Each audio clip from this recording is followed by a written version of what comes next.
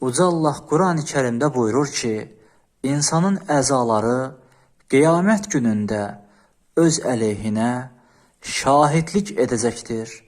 Mərhəmətli və rəhimli Allahın adı ilə Allaha düşmən kəsilənlər cəhənnəmə sürüklənib, toplanacaqları günə qədər bir yerdə saxlanacaqlar.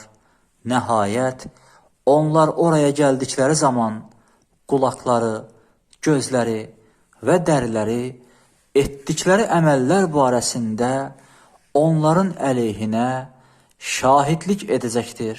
Onlar öz dərilərinə nə üçün əleyhimizə şahidlik edirsiniz deyəcəklər. Dəriləri deyəcək, hər şeyi danışdıran Allah bizi danışdırdı.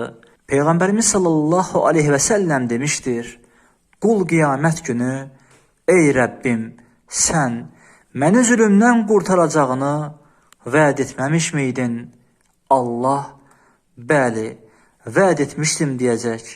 Qul, mən öz əleyhimə, özümdən başqa heç bir şeyin şahidlik etməsini qəbul etmərəm.